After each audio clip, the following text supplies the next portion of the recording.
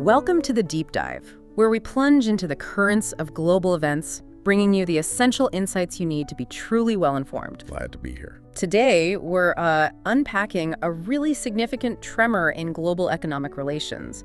I'm talking about the escalating trade tensions between the United States and India, two huge democracies. Yeah, it's a major development. And it's got a lot of people asking, is this just about tariffs and trade balances, or is there something much deeper going on, reshaping alliances, maybe even the global order? That's the critical question, really. And just to ground us in the facts, the U.S. recently decided to double tariffs on Indian goods. That's a big move. Double? To what level? We're talking about raising the total duty to a whopping 50%. And that's set to kick in August 27th, 2025. Wow, 50%. And what's the official reason? Well, the primary stated reason from the U.S. side is pretty direct. They say they're penalizing India for still buying Russian oil. Ah, the fueling the Russian war machine argument. Exactly that phrase. And also, they point to what they see as bilateral trade negotiations stalling out. Right. And that's exactly our mission for this exploration today. We want to extract those crucial nuggets of knowledge, the key insights from all the latest sources, give you, the listener, a shortcut to understanding this really complex situation. Yeah, it's got layers. Definitely. From the immediate economic hit, which we'll get into, to the maybe surprising geopolitical dimensions underneath. So let's prepare to consider those broader implications. This isn't just a headline, it's unfolding right now. With ripple effects globally, for sure. Okay, so let's dive in. To really grasp the weight of these tariffs, we need to understand the immediate blow. What exactly does a 50% tariff mean for India's economy, like right now? Well, the direct economic impact looks quite severe. This 50% tariff, it applies to nearly 67% of India's exports to the U.S. 67%, that's huge. How much is that worth? That chunk is worth over $58 billion. And that represents something like 1.5% of India's entire GDP. Just those exports, wow. Yeah. And according to Morgan Stanley, these tariffs could potentially slice nearly a full percentage point off India's GDP growth over the next year, maybe around 0.8%. Almost 1% growth gone? Potentially. And they also noted that if these tariffs were to stay at 50% on all Indian goods, not just the current 67%, well, the direct impact alone could be 0.6 percentage points. Okay. But then you add in the indirect effects, the knock-on effects, and the total hit to growth could maybe push towards 1.2 percentage points. Okay, 1.2. That's a truly significant blow to their economic path. Absolutely. It really is. So which specific sectors are feeling the pinch most acutely? And are we seeing concrete examples of this impact already? Yes, several key export sectors are particularly vulnerable. Think electronics, pharmaceuticals, textiles, gems and jewelry, and transport equipment. So major contributors to their export. Exactly. These are big ones. For instance, the seafood industry alone, they estimate it stands to lose something like 24,000 crore rupees. 24,000 crore. That translates to billions of dollars, right? Billions, yes, directly hitting livelihoods. And we're already hearing reports, textile exporters are actually halting U.S.-bound production. Just stopping shipments. Why? They've simply lost their cost competitiveness. With a 50% tariff, they can't compete against countries like Vietnam or Bangladesh anymore. Right, that makes sense. It really highlights the pressure on India then. Yeah, the urgency for them to diversify where they sell their goods, maybe fast-track other trade agreements, especially with emerging markets. Okay, but the numbers, they only tell part of the story, don't they? Beyond the direct economic hit, the U.S.'s reasons, their motivations, that seems to reveal a much deeper game. What are the core reasons the U.S. is actually giving for these tariffs?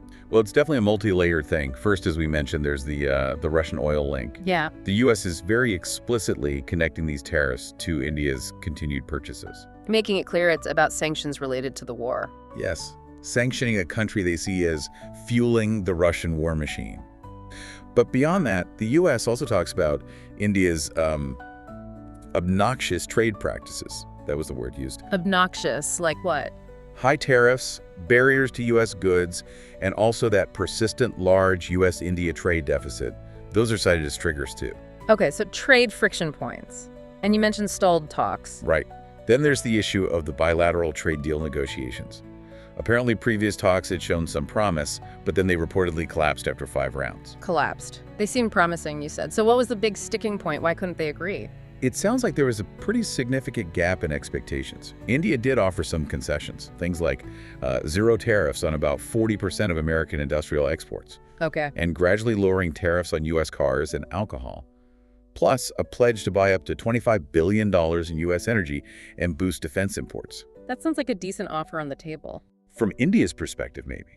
But the U.S. reportedly wanted much, much broader market access, big investment commitments, and over $350 billion in U.S. purchases. $350 billion, whoa. Yeah, numbers comparable to deals the U.S. struck with, say, South Korea or Japan.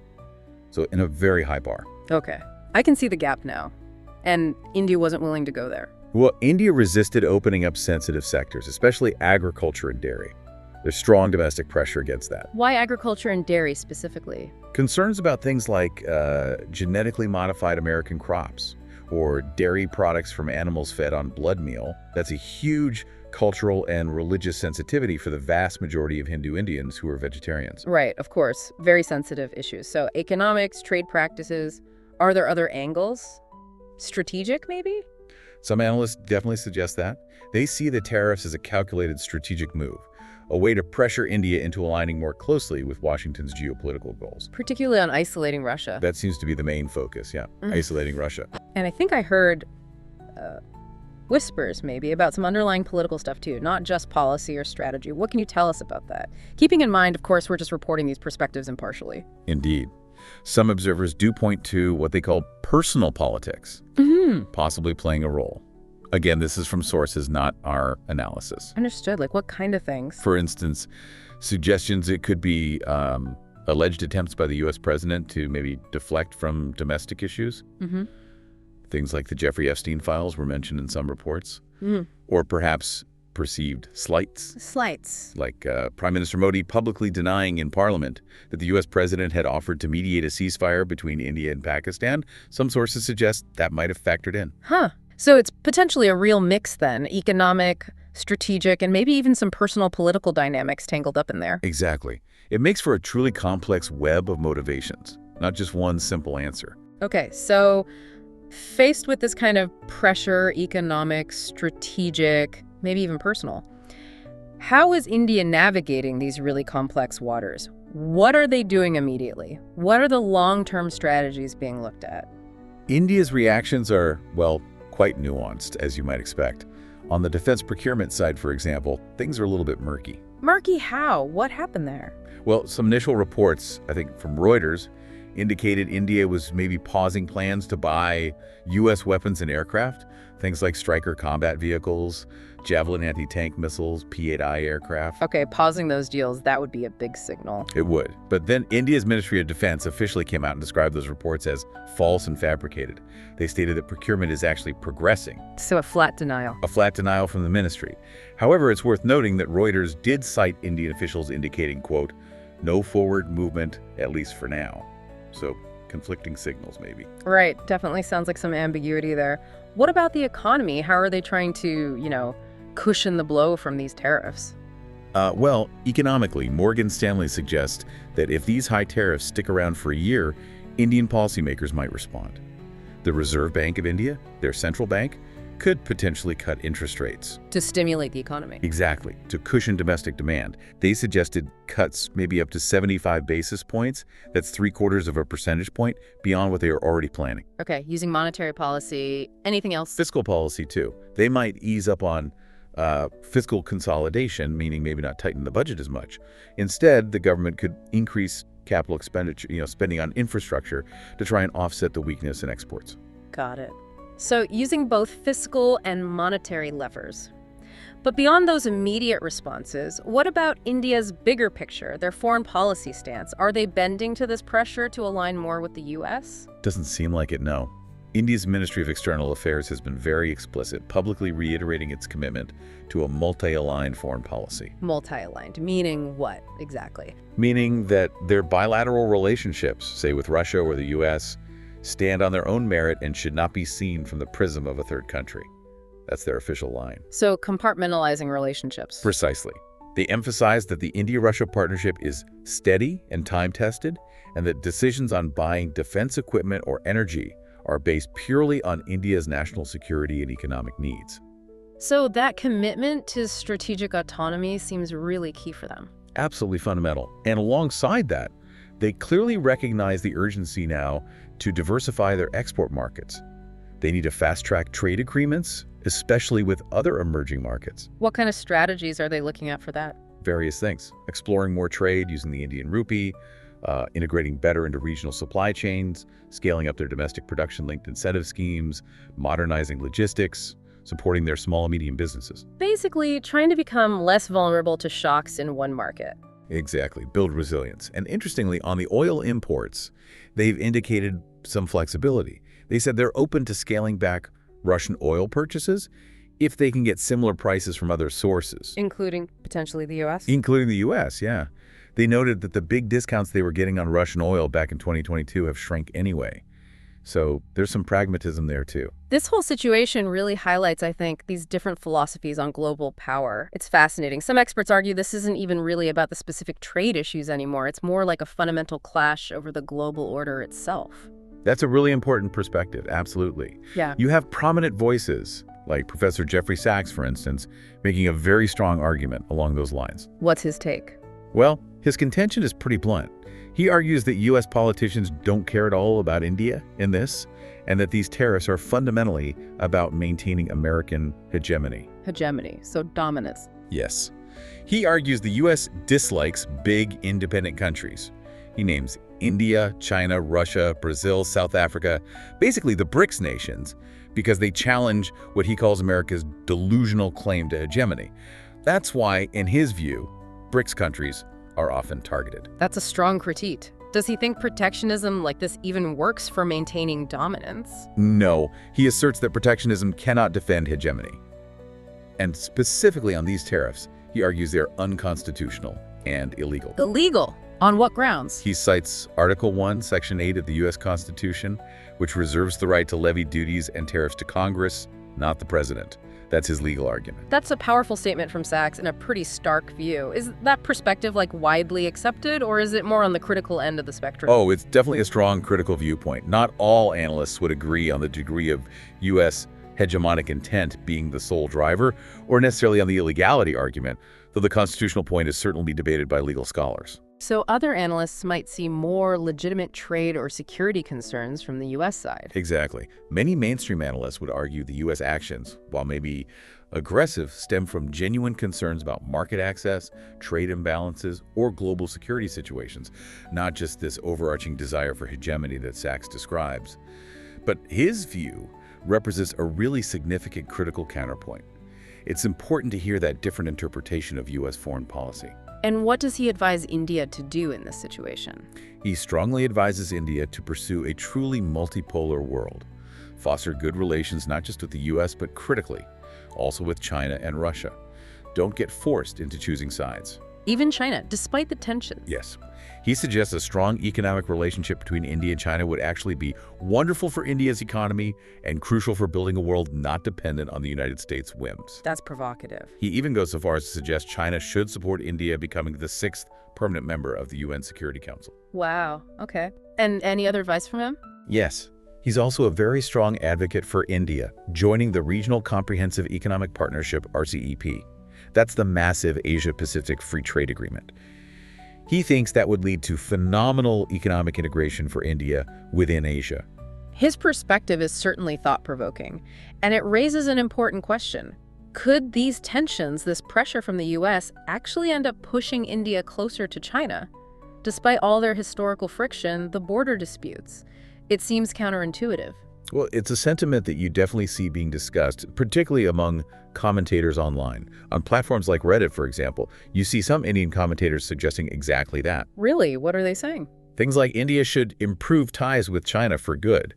Some even bring up old ideas for resolving the border disputes, like the Arunachal Pradesh-Akshay Chin exchange plan that was floated back in the 60s and 80s. Based on the idea that you can't change your neighbors. Exactly that argument. Yeah. One can change its partners, but not its neighbors. Yeah. But it's crucial to temper that, because the deep historical baggage and, more importantly, the very real and ongoing territorial issues make the relationship with China far, far more complex than the relationship with the U.S., even with the current trade friction. Normalizing ties with China is a huge hurdle. So those online comments might not reflect the full complexity of the official thinking. Probably not. And there's another relevant sentiment here. Historically, U.S. sanctions or pressure have often had the effect of uniting Indians against the U.S. Some feel these actions by the current U.S. administration might actually be undoing years of effort to build a positive image. Interesting. Any domestic political angle in India? Yeah, there's also a view that these tariffs could potentially hurt the ruling BJP party in upcoming elections, precisely because of the economic impact on Indian industrialists and the middle class, who are key voter bases. Okay, and zooming out one more time. This entire situation raises a crucial question about the very foundation of global commerce, doesn't it? What happens when the international rules-based trading system itself seems to be fracturing? This isn't just bilateral anymore. It puts a huge spotlight on the challenges facing the World Trade Organization. You've absolutely hit on a critical point there. The core challenge really lies with the WTO's appellate body. People often call it the crown jewel of the system, the part that resolves disputes. Right, the final arbiter. Exactly. But the U.S. has been actively obstructing new appointments to it for years now. Why have they been doing that? They cite concerns about judicial overreach, basically arguing the appellate body was exceeding its mandate, making rulings they saw as unfavorable or going against U.S. interests. And the result of that obstruction? It's effectively frozen the entire appeals process. The WTO's dispute resolution mechanism, its most powerful tool, is essentially paralyzed, ground to a halt. And that hits India hard. Significantly. India relies heavily on that system. They have, I think, 3 pending appeals stuck in limbo right now, including one directly with the U.S. and 7 ongoing complaints at earlier stages. A functional appellate body is vital for their trade interests, providing that impartial, rules-based forum. So if the WTO's crown jewel is effectively broken, what are the practical workarounds? What are countries like India exploring to resolve these big international trade disputes now? Is it just the Wild West?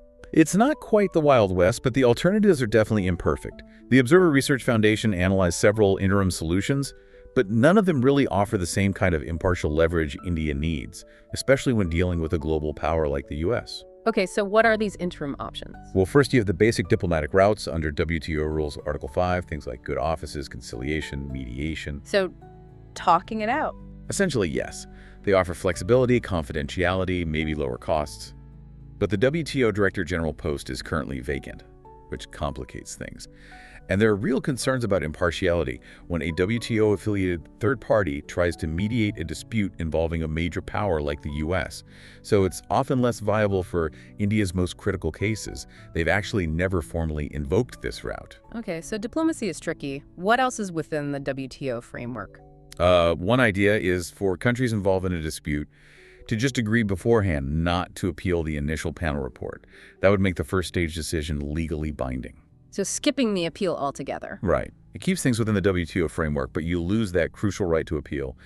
Given that India has appealed or cross-appealed panel reports in about 21% of its disputes since 1995, giving up that right might not be in their best interest, especially if they get an unfavorable initial ruling. Yeah, that seems risky. Any other attempts to patch the system? Well, there's the MPIA, the Multi-Party Interim Arbitration Agreement.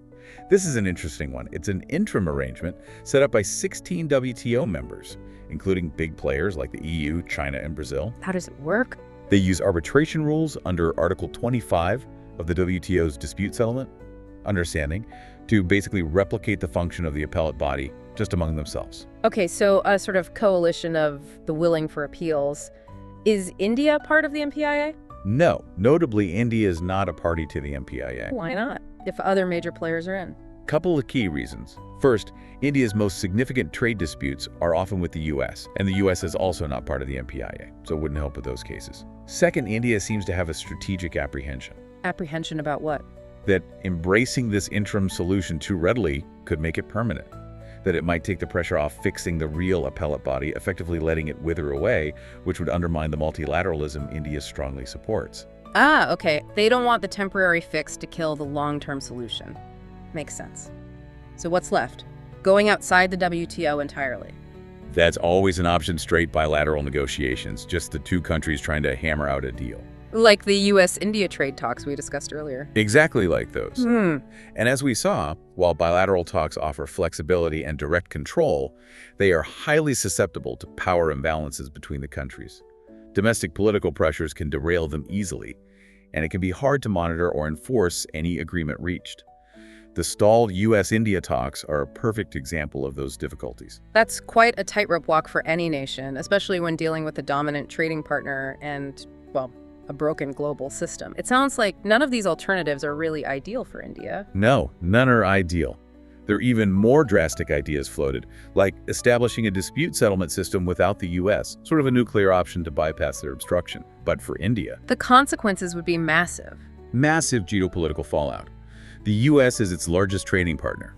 They've been involved in 19 of India's 56 WTO disputes. Such a move would effectively tear the fabric of multilateralism, allow the U.S. to become a kind of free rider outside the rules, which is exactly what India opposes. And using dispute mechanisms in regional trade agreements doesn't help much either, because India's big WTO fights are usually with countries where they don't have those specific agreements. So the bottom line seems to be, The ideal scenario, really for India and many other developing countries, is the revival of a fully functional, impartial, rules-based WTO dispute settlement mechanism. The interim solutions, while maybe necessary right now, are temporary band-aids. They all come with significant trade-offs. India's path forward is this incredibly delicate balance between pragmatism and trying to uphold its commitment to a robust multilateral system. So we've navigated quite a bit here.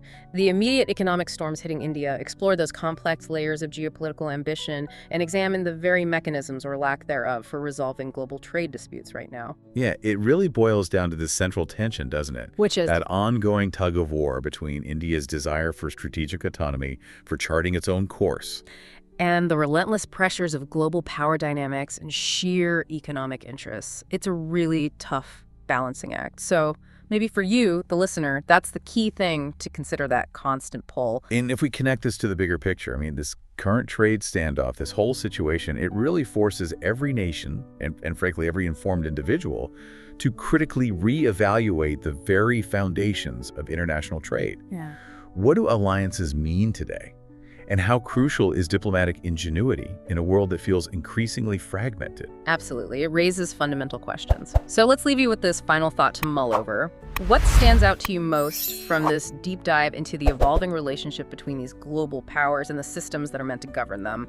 How do you think countries can truly balance their own national interests with that collective desire for a stable, rules-based world order, especially when things feel so volatile right now?